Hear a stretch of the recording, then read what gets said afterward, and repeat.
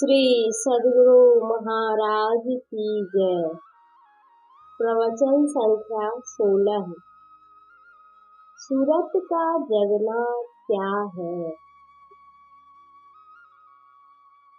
मेरी सूरत सुहागिनी जागरी, मेरी सूरत सुहागिनी जागरी, क्यों तू सोवत मोह नींद में, उठी के भजनिया में लागरी, क्यों तू सोवत मोह नींद में, उठी के भजनिया में लागरी, मेरी सूरत सुहागिनी जागरी। चित्त से शब्द सुनो श्रवण ते, उठत मधुर धुन रागिरी, चित्त से शब्द सुनो श्रवण दे, उठत मधुर धुन रागिरी, दो कर जोड़ी शीस चरणन दे, भक्ति अचल वर मांगरी, दो कर जोड़ी शीस चरणन दे, भक्ति अचल वर मांगरी।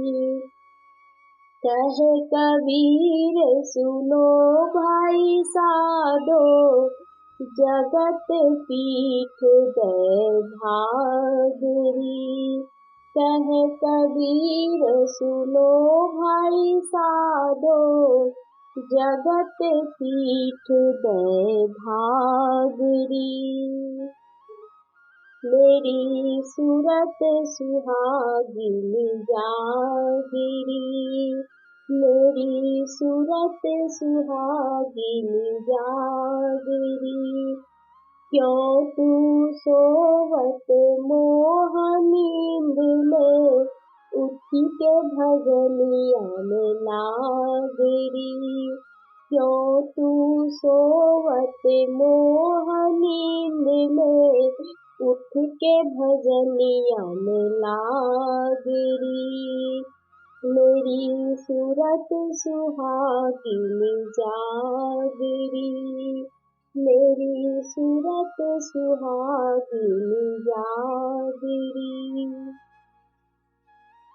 प्यारे भाइयों, आप लोगों ने संत कबीर साहब का वचन मेरी सूरत सुहागिनी जागरी का पाठ सुना।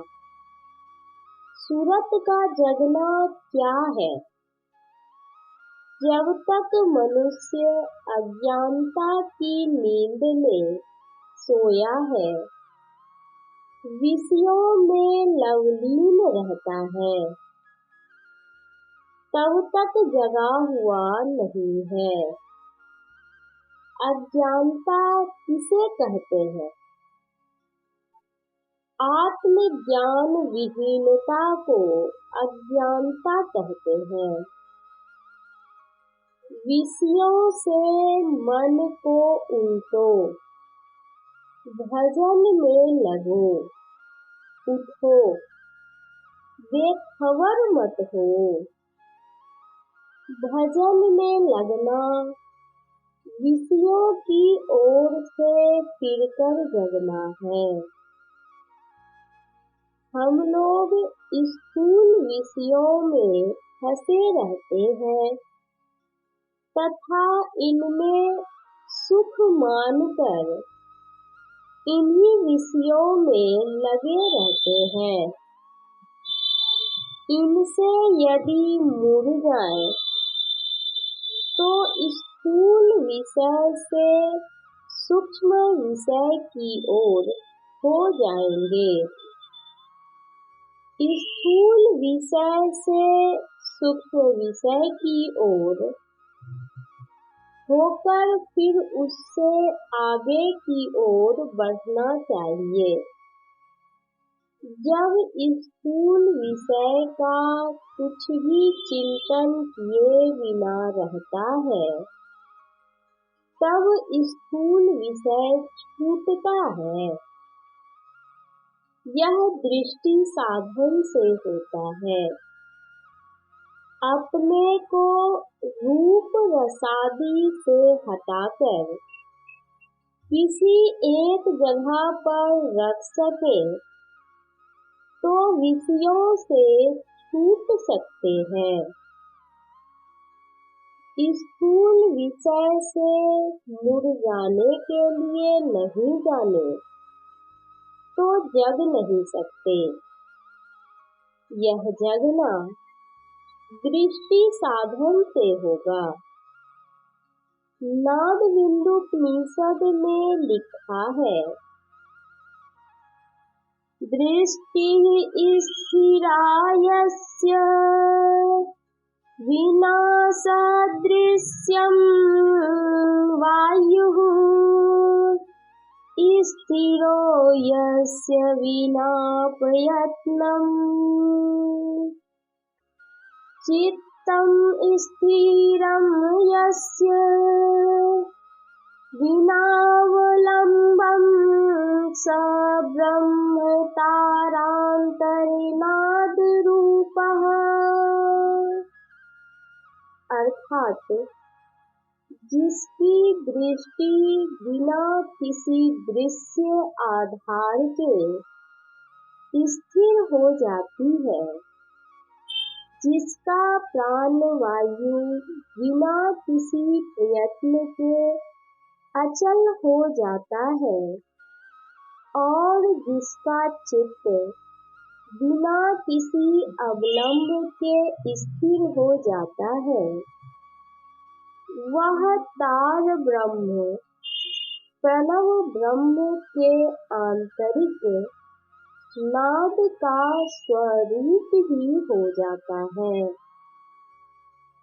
इस प्रकार की क्रिया द्वारा स्थूल विषय से सूक्ष्म विषय में जाएंगे। इसका निशाना कहाँ होना चाहिए, यह वेदी भक्त ही जानते हैं। इसका खुलासा करना गुरु आज्ञा नहीं है।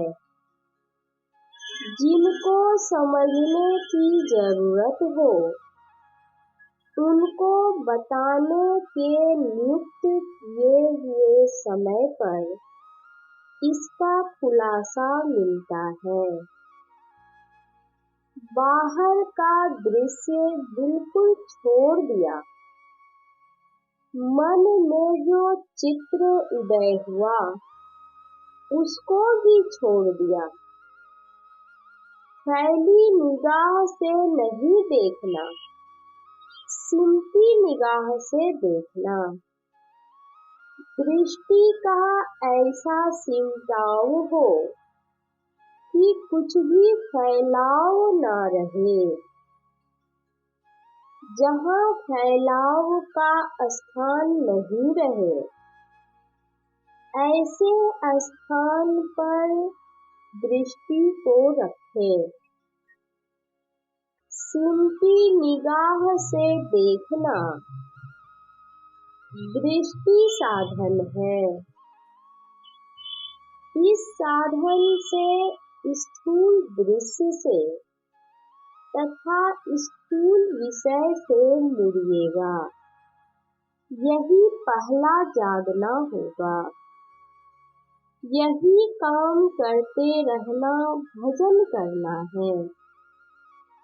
स्थूल से मुड़कर सूक्ष्म में प्रवेश करें, यही भजन में लगना है।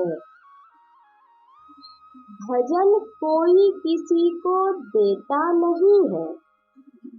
भजन करने की युक्ति बता दे सकता है।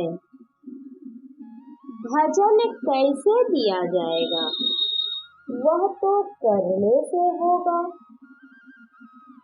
जो कोई घोर निद्रा में सोया हुआ होता है उसे पुकारा जाता है उठाने के लिए। पुकार से नहीं उठने पर शरीर को पकड़ कर हिलाते हैं। शब्द कहकर जगाना सूक्ष्म है, देह पकड़ कर हिलाना स्थूल है। मानस जप और मानस ध्यान स्थूल साधन है। इन दोनों सीढ़ियों पर स्थिर होकर आप अपनी परीक्षा आप करें कि कितनी देर तक उन्हें एकाग्र मन से आप करते हैं। मैं तो कहता हूँ कि 2 मिनट ही ऐसा जप करें कि जप है और आप है, तो मैं कहूँगा कि बहुत अच्छा करते हैं। जो मानस जप ठीक से करते हैं उससे मानस ध्यान भी ठीक ठीक होता है। मानस ध्यान ऐसा होना चाहिए कि हूबहू देख लिया जाए। परम श्रद्धेय बाबा देवी साहब ने एक दिन मुझसे पूछने की कृपा की, क्या तुम मानस ध्यान में रूप हूबहू निकाल लेते हो? मैंने कहा, जी नहीं, धुंधला दिखाई देता है। इस बात पर बाबा साहब ने कहा, मैंने मानस ध्यान किया और हूबहू निकाल लिया है।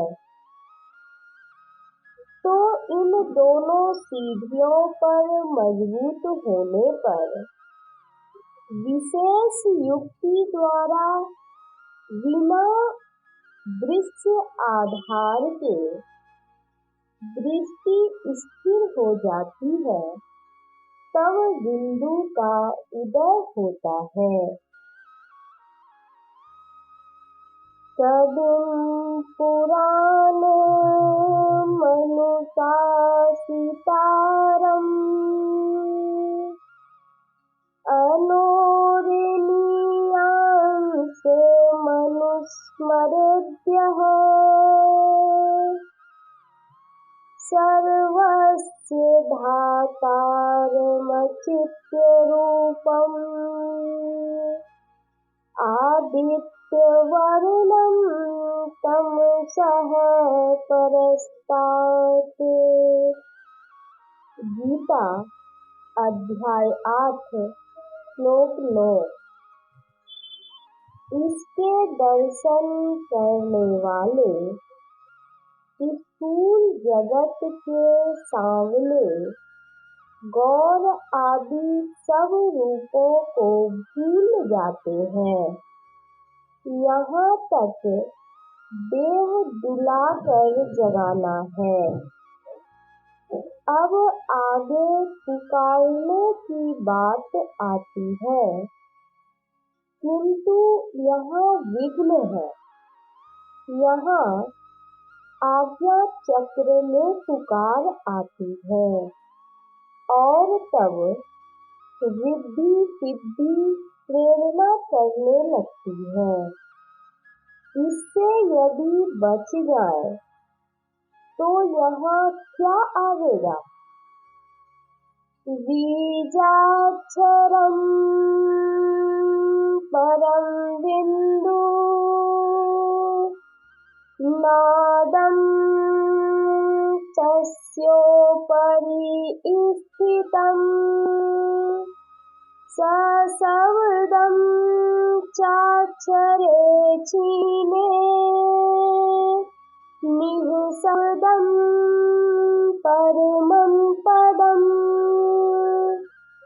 ध्यान बिंदुपनिषद अर्थात बिंदु के बाद नाद आवेगा। यथार्थतः यहाँ नाद तो है ही है, किंतु पकड़ नहीं सकते। पुकार का शब्द यही है, ईश्वर पुकारता है, आदमी क्या पुकारेगा। है आ रही धुर से सदा तेरे बुलाने के लिए, है आ रही धुर से सदा तेरे बुलाने के लिए। आदि से जोर की आवाज तुमको बुलाने के लिए आ रही है। क्यों भटकता फिर रहा तू तलाश यार में, क्यों भटकता फिर रहा तू तलाश यार में। रास्ता शहरग में है दिलवर पे जाने के लिए, रास्ता शहरग में है दिलवर पे जाने के लिए। अपने मित्र की खोज में क्यों भटक रहे हो, उनके पास जाने के लिए सुषमना में रास्ता है। दृष्टि साधन से सुषमना में जा सकते हो। गोश बात में हो कुसादा जो करे कुछ दिन अमल, गोश बात में हो कुसादा जो करे कुछ दिन अमल। ला इलाहा अल्लाह अकबर पहचाने के लिए, ला इलाहा अल्लाह अकबर पहचाने के लिए। उस शब्द को बाहर के कान से नहीं, भीतर के कान से, सूरत के कान से सुनते हैं। तीनों बंद लगाई देखी सुनी धरी ध्वनि धारा, तीनों बंद लगाई देखी सुनी धरी ध्वनि धारा।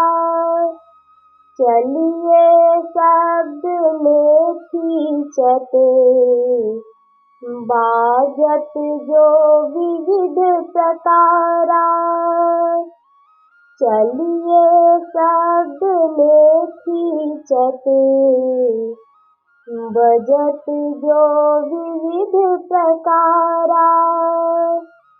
झिंगुर का झनकार भंवर गुंजार हो, झिंगुर का झनकार भंवर गुंजार हो। अरे हारे में ही घंट शंख शहनाई आदि ध्वनि धार हो। अरे हारे में ही घंट शंख शहनाई आदि ध्वनि धार हो।